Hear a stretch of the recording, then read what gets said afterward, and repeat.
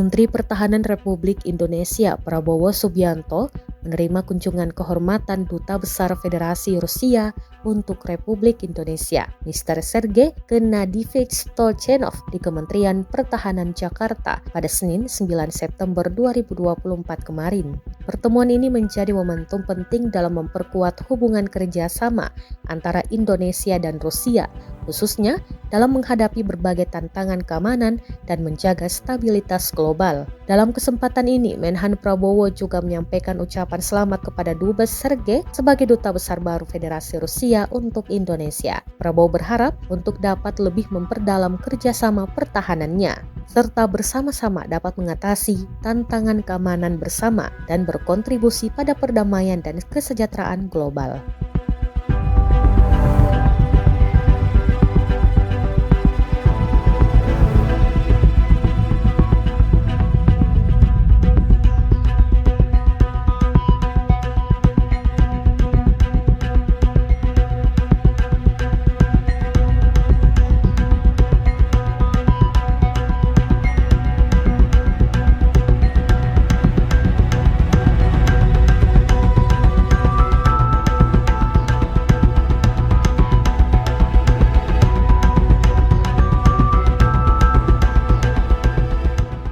Download Tribun X sekarang, menghadirkan lokal menjadi Indonesia.